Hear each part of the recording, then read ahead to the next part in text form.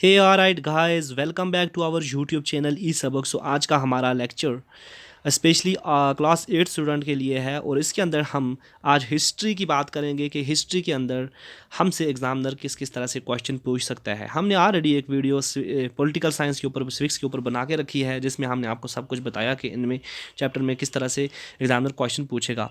और हमने एक गेस्ट पेपर की वीडियो भी डाली है अपने चैनल पर, वो भी आप देख सकते हो कि किस तरह से क्वेश्चन आपको आ सकते हैं इन तीनों सब्जेक्ट्स के अंदर से। ठीक है ना। आज हम जो बात करने जा रहे हैं हिस्ट्री की, और हिस्ट्री के अंदर हम देखेंगे हमारे पास तीन चैप्टर हैं और इन चैप्टर में एग्जामिनर आउट ऑफ एक्सरसाइज अगर क्वेश्चन डालेगा तो किस तरह डालेगा, क्योंकि हमने बहुत सारे गेस्ट पेपर के अंदर देखा, बहुत सारे जो मॉडल पेपर थे उनके अंदर हमने देखा कि एग्जामिनर ने आउट ऑफ एक्सरसाइज भी क्वेश्चन पूछे हैं खुद से बनाकर। वो डिपेंड करते हैं कि स्टूडेंट ने किस तरह अंडरस्टैंड किया है चैप्टर का, तो वो उसी तरह क्वेश्चन पूछते हैं। तो चलो चलते हैं हम अपने हिस्ट्री टेक्स्ट बुक के ऊपर। सो ये है हमारी हिस्ट्री टेक्स्ट बुक और इसमें चैप्टर नंबर 9 जो T2 का यानी टर्म सेकंड का पहला जो चैप्टर है, इसके अंदर हमें मेकिंग ऑफ नेशनल मूवमेंट 1870 से 1987 तक पूछा गया, पढ़ाया गया है, समझाया गया है।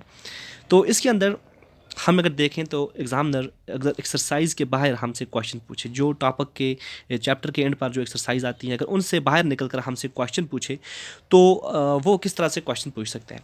पहला तो अगर हम देखें तो फर्स्ट टॉपिक से ही क्वेश्चन बन सकता है कि द इमर्जेंस ऑफ नेशनलिज्म, यानी नेशनलिज्म कैसे इमर्ज हुआ, हाउ नेशनलिज्म इज़ इमर्ज। ठीक है ना, ये आपसे क्वेश्चन पूछ सकता है एग्जामिनर, और आप इसका आंसर तभी दे पाओगे जब आप ये पूरा टॉपिक यानी ये पूरी लाइंस आप पढ़ोगे, उसके बाद आप दे सकते हो। और ज़रूरी नहीं है कि आप यही वर्ड सब याद करो, नहीं, आप इसको समझो पहले अपनी लैंग्वेज में, जो आपकी अपनी लैंग्वेज है, मादरी ज़बान है, उसमें समझो, और उसके बाद आप अपने वर्ड के अंदर इंग्लिश में लिखने की कोशिश करो। इससे एग्ज़ामिनर आपको अच्छे मार्क्स देगा। ठीक है ना।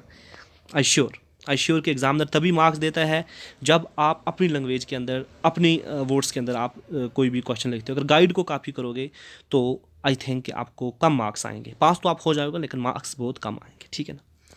उसके बाद हम देखें अगर, तो नेक्स्ट जो टॉपिक बन सकता है तो इसमें से हमें पूछ सकता है, हाँ, the growth of mass nationalism, यानी मास नेशनलिज्म यानी जो नेशनलिज्म लोगों के अंदर किस तरह पहुंची, जो आम लोग थे, कॉमन लोग थे, उनके अंदर नेशनलिज्म किस तरह ग्रो हुई। ये क्वेश्चन हमसे पूछ सकता है एग्जाम में। ठीक है। और आगे अगर हम देखें तो महात्मा गांधी इंडिया के अंदर जब आए, यानी कब आए और कैसे आए, ये भी आपको क्वेश्चन बन सकता है। हाँ, ये इम्पॉर्टेंट है। रॉलेट सत्याग्रह, ये इम्पॉर्टेंट क्वेश्चन है और इसको आप पढ़ो कि जो सत्याग्रह हुआ था रॉलेट एक्ट के बाद, तो उसमें क्या हुआ था, और आप पूरा अपने बोर्ड में लिखो। ठीक है ना। खिलाफत agitation and non cooperation movement भी क्वेश्चन बन सकता है। अगर हम आगे देखें तो यहाँ पर देखें, अगर हम, ये लंबा टॉपिक है थोड़ा, इसमें ज़्यादा क्वेश्चन बन सकते हैं। हाँ, डांडी मार्च पर भी क्वेश्चन बन सकता है, डांडी मार्च क्या हुआ, इस पर भी क्वेश्चन पूछ सकता है हमें। और अगर हम और देखें तो क्विट इंडिया मूवमेंट, तो ये इंपॉर्टेंट टॉपिक है, तो इस पर भी क्वेश्चन बन सकता है। बस इस चैप्टर से इतने ही क्वेश्चन बन सकते हैं, और बाकी एक्सरसाइज के अंदर जो हमने आपको पढ़ाया है वो आप देखो अच्छी तरह कि कौन कौन सा इंपॉर्टेंट क्वेश्चन है, जो हमने ऑलरेडी अपनी वीडियो के अंदर आपको बताया हुआ है। अगर हम आगे देखें तो चैप्टर 10 में इंडिया आफ्टर इंडिपेंडेंस, इसके अंदर भी इंपॉर्टेंट क्वेश्चन हैं। सो इस चैप्टर के अंदर हम देखें तो इसमें भी इंपॉर्टेंट क्वेश्चन हैं कुछ दो तीन, कि कॉन्स्टिट्यूशन जो है वो कब लिखी गई, किसने लिखी, यानी रिटर्न ऑफ कॉन्स्टिट्यूशन के बारे में भी क्वेश्चन बन सकता है। ठीक है ना। फिर इसमें एक क्वेश्चन और बन सकता है, franchise the right to vote, ये भी पूछ सकते हैं फ्रेंचाइज क्या हुआ, राइट टू वोट क्या हुआ, या किस आर्टिकल के अंडर आता है। ऐसे क्वेश्चन भी बन सकते हैं। अगर हम आगे देखें तो स्टेट किस तरह फार्म्ड हुई, जो इंडियन स्टेट ही थी वो किस तरह फार्म्ड हुई, तो ये मैप में आप देख सकते हो, मेकिंग ऑफ लिंग्विस्टिक स्टेट। फिर हम आगे देखें तो और भी बहुत सारी स्टेट यहाँ पर है।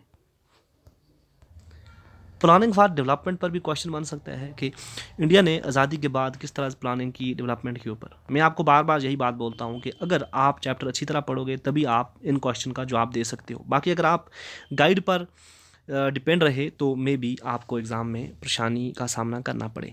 आप अच्छी तरह चैप्टर पढ़ो पूरा, उसके बाद आप आसानी से किसी भी क्वेश्चन का जवाब दे सकते हो, आंसर लिख सकते हो। बाकी जो इंपॉर्टेंट क्वेश्चन है वो भी आप याद कर लीजिएगा ताकि आपको हाईएस्ट मार्क्स एग्ज़ाम के अंदर स्कोर हो पाएँ, ठीक है ना। आगे देखें अगर ये इंपॉर्टेंट क्वेश्चन है क्योंकि जम्मू एंड कश्मीर की बात आ जाती है इसमें, एरस्टाइल जो जम्मू एंड कश्मीर स्टेट है, जो आप यूटी है, वो किस तरह फॉर्म हुई, इस पर भी हमें क्वेश्चन बन सकता है कि formation of Jammu and Kashmir की पूरी हिस्ट्री आपको पता होनी चाहिए कि किस तरह वो बनी और इसकी फार्मेशन किस तरह हुई, ठीक है। ट्रीटी भी पूछ सकता है, लाहौर ट्रीटी पर क्वेश्चन आ सकता है, अमृतसर ट्रीटी पर क्वेश्चन आ सकता है, ठीक है ना। ये क्या होती हैं, कब साइन हुई, किसके दरमियान साइन हुई। फिर डोगरा रूल कंसोलिडेटेड, ये इतना इंपॉर्टेंट नहीं है, फिर भी पढ़ लीजिएगा, गो थ्रू कर लीजिएगा। हाँ, डेवलपमेंट पर भी क्वेश्चन पूछ सकता है कि सोसाइटी, इकोनॉमिक एंड कल्चरल जो डेवलपमेंट है, एजुकेशन फॉर ऑल यानी एजुकेशनल डेवलपमेंट जो है वो महाराजा के दौर में किस तरह हुई। फीमेल एजुकेशन पर पूछ सकते हैं कि कैसी थी फीमेल एजुकेशन महाराजा के दौर में, वुमेन इन एवरीडे लाइफ यानी आप महाराजा के दौर में, ठीक है ना। अच्छा, रेवेन्यू सिस्टम पर भी क्वेश्चन बन सकता है कि रेवेन्यू सिस्टम महाराजा के दौर में किस तरह रिफॉर्म हुआ, ठीक है ना, या उसके बाद।